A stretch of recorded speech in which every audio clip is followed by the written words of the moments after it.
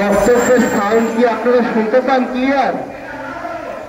দুই পাশে যে এই ধরনের বক্তব্য মুহুর মুহুর চলতেছে বৃষ্টির মতো, আমার তো মনে হয় ক্লিয়ার কিছুই শোনা যায় না। বাংলাদেশের বর্তমান রাজনৈতিক পরিস্থিতি কি? একদম আজকের এই সমাবেশের মতো।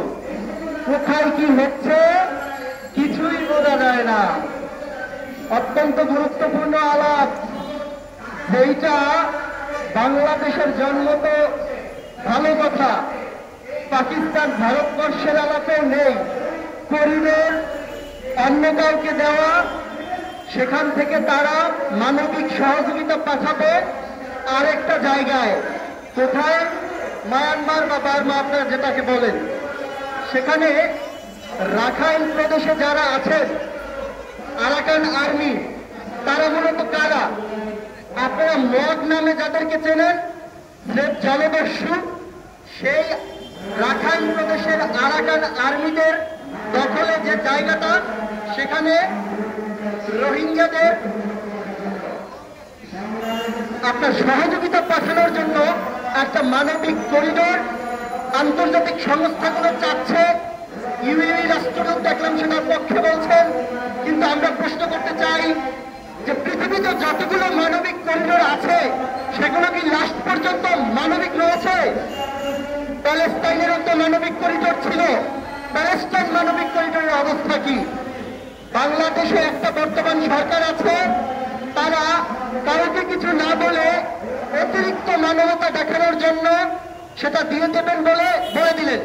পত্রপত্রিকায় যখন তা নিয়ে কথা উঠল, সমস্ত মহল থেকে সমালোচনা শুরু হলো, তখন তারা বললেন যে না, আমরা আসলে চুক্তি করি নাই, আলাপ উঠছে। এই রকমের একটা ব্যাপার স্যাপার।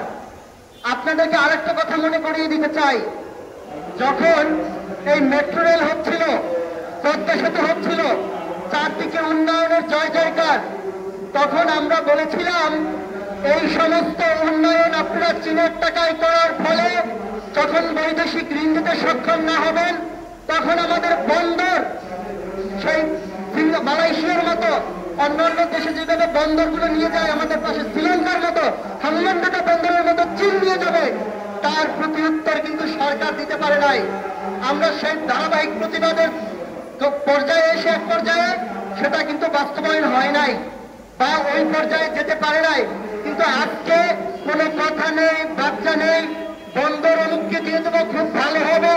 আপনি এত ভালো বোঝেন, এটা তো আবার আমরা বুঝি না।